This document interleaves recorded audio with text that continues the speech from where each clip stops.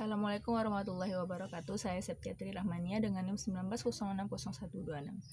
Di sini saya akan menjelaskan tentang teori dorongan kuat.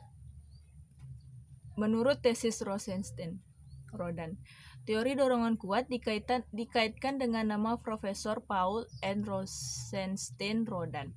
Dalam tesisnya menanggulangi hambatan pembangunan ekonomi negara terbelakang, dan untuk mendorong ekonomi tersebut ke arah kemajuan diperlukan suatu dorongan kuat atau suatu program besar yang menyeluruh dalam bentuk suatu jumlah minimum investasi.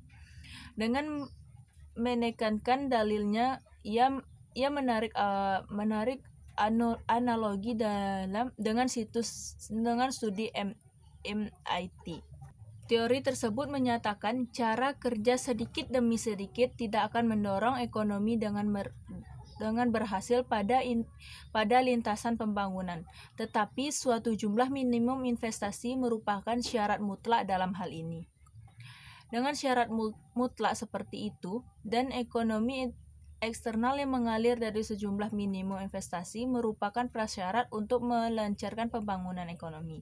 Ada 3 syarat mutlak minimal dan ekonomi eksternal menurut Rosenstein-Rodan. Yang pertama yaitu syarat mutlak minimal dalam fungsi produksi. Menurutnya, jumlah investasi minimal dalam output, input, atau proses membawa kepada peningkatan penghasilan. Ia menganggap modal sosial sebagai contoh paling penting dari syarat mutlak minimal dan dari ekonomi eksternal pada sisi penawaran. Jasa dari modal overhead sosial yang terdiri dari industri dasar seperti tenaga kerja, angkutan, dan hubungan adalah secara tidak langsung bersifat produktif dan mempunyai masa persiapan lama. 2. Syarat mutlak minimal pada permintaan atau saling melengkapinya permintaan. Membutuhkan pendirian secara serentak industri-industri yang saling berkaitan di negara terbelakang. Maksud utama ini adalah karena proyek-proyek investasi secara sendiri-sendiri mempunyai risiko tinggi sebagai akibat dari ketidakpastian mengenai apakah produknya akan mendapatkan pasar, maka keputusan tentang investasi harus saling berkaitan. 3. Syarat mutlak pada persediaan tabungan. Suatu jumlah minimum investasi membutuhkan suatu jumlah tertentu tabungan. Tabungan ini tidak mudah dicapai oleh negara terbelakang yang makin miskin karena sangat rendahnya pendapatan.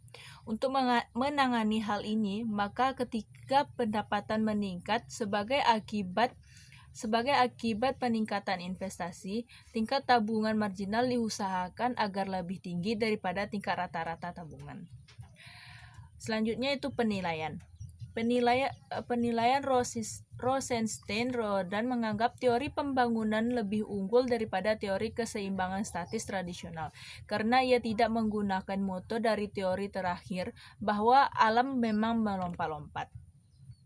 Teorinya lebih menekankan pada elastis, yaitu syarat minimal dan ketidaktepatan dalam fungsi produksi. Teori ini merupakan teori investasi yang menyangkut pasar tidak sempurna di negara terbelakang dan sejumlah minimal investasi yang mendapatkan suatu perekonomian negara terbelakang.